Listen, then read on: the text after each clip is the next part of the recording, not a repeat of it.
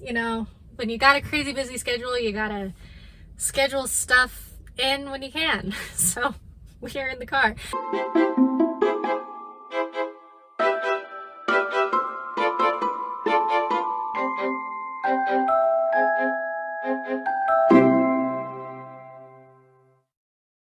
I'm just so excited about Orphan Monster Spy by Matt Killeen.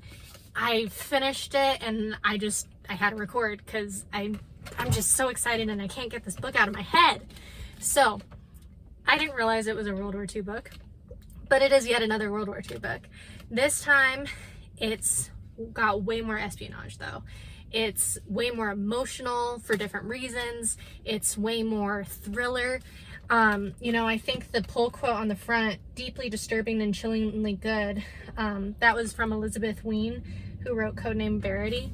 You know, I think that just sums it up really, really well, because there are some disturbing parts and yet it is so good. And there are good parts, like, Sarah, for as much baggage as she has, I think at her core, she's a really good character. She's certainly a well-written character. Similarly with the captain, who is a spy, he too, you know, he's trying to do his duty.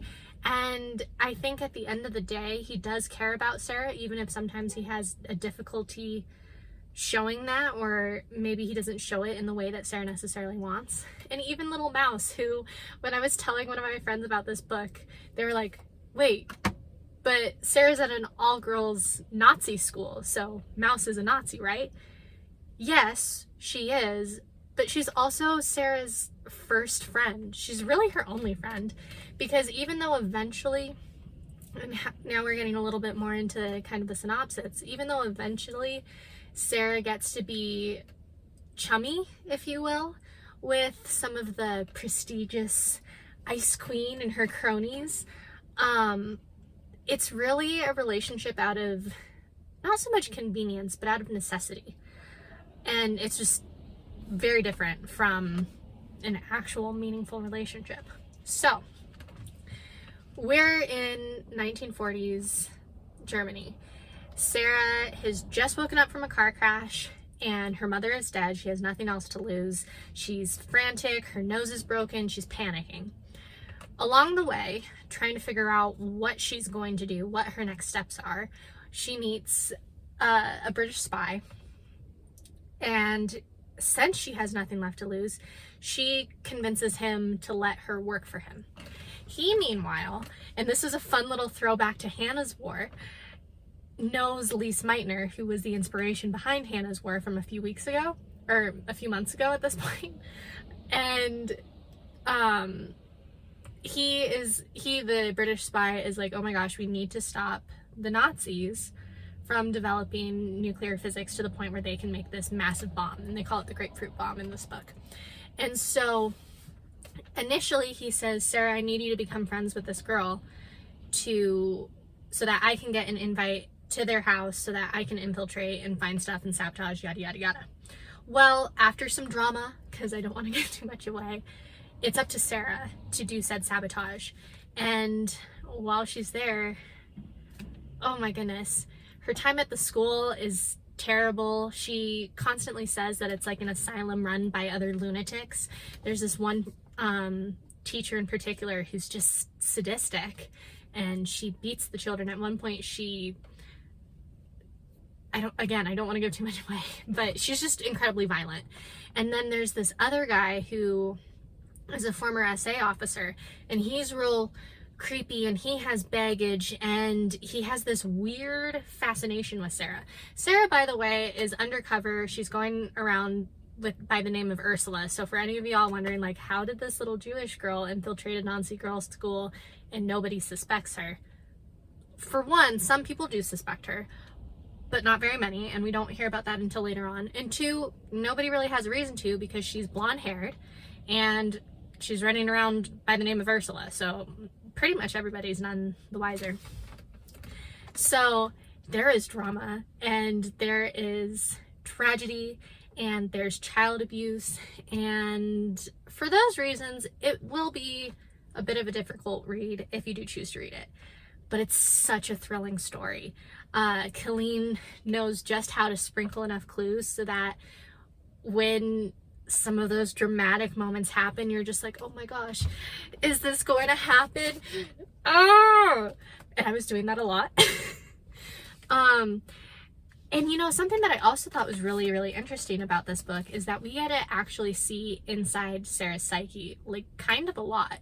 So again, as I said, she has baggage, and kind of throughout the book, she has this ongoing dialogue with herself, and it sounds like it's her mother, or like the memory of her mother.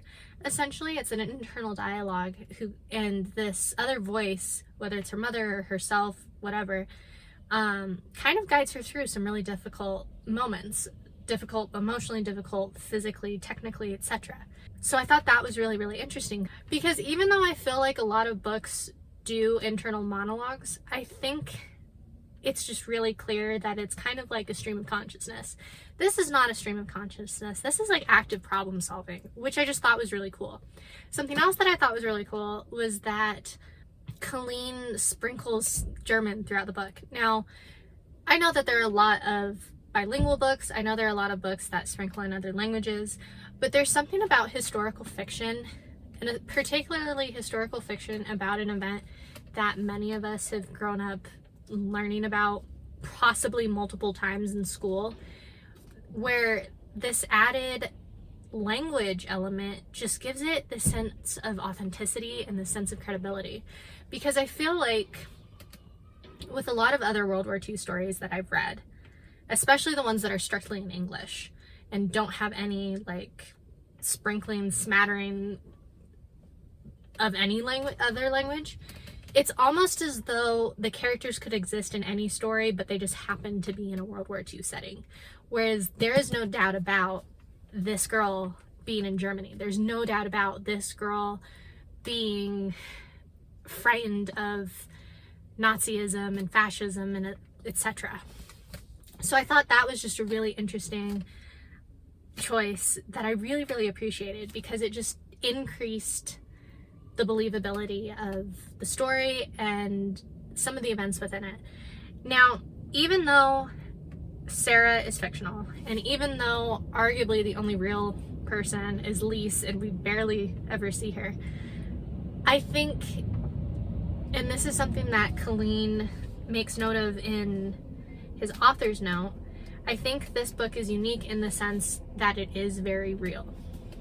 For instance, he gives some stats at the end about the number of kids who go to bed hungry at night. He has a little bit of information about how there's a surprisingly high number of kids who have to take care of their mentally ill family members, or maybe physically ill family members.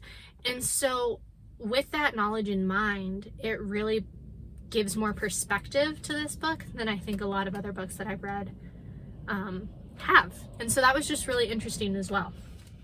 So it's so enthralling. It's so riveting. The whole time I had to know what happened next. I had to know if Sarah was going to be discovered. I had to know if Sarah was going to complete her mission. I had to know if the evil scientist was really evil, because honestly at first he's very charismatic and he seems genuinely caring, but he is more complicated and more evil than one can like ever realize upon first glance. And so like there are just so many nuanced elements of this book that make it so interesting, that even though it is a difficult read for reasons like child abuse, like the atrocities of war, it's just so riveting. I think officially it says online that this is for like ages 12 and up. I think I'd maybe say more 15 to 16 and up, just because some of they're not like graphic or gory, but like just some of the things in the book just seem a little bit mature for a 12-year-old. Now, of course, if you're an advanced reader, maybe that's not a problem. I think you will like it, especially if you like historical fiction, if you like World War II, if you like espionage, this is definitely a book worth checking out. And apparently there is a sequel to this, and I'm forgetting the name, so I'll put it here, but also excited to hopefully read that one. We'll see.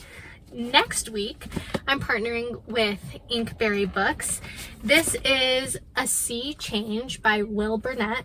This is kind of cool because he is a high school senior, and this book was published as part of his like senior thesis. So very curious to see what is in store, and I look forward to sharing my thoughts with you on that next week. This is going to be my last book review for the first part of 2022, just because I'm going to take April off. But do keep an eye on my blog because I might post some stuff in between. So thank you so much for watching, and in the meantime, happy reading.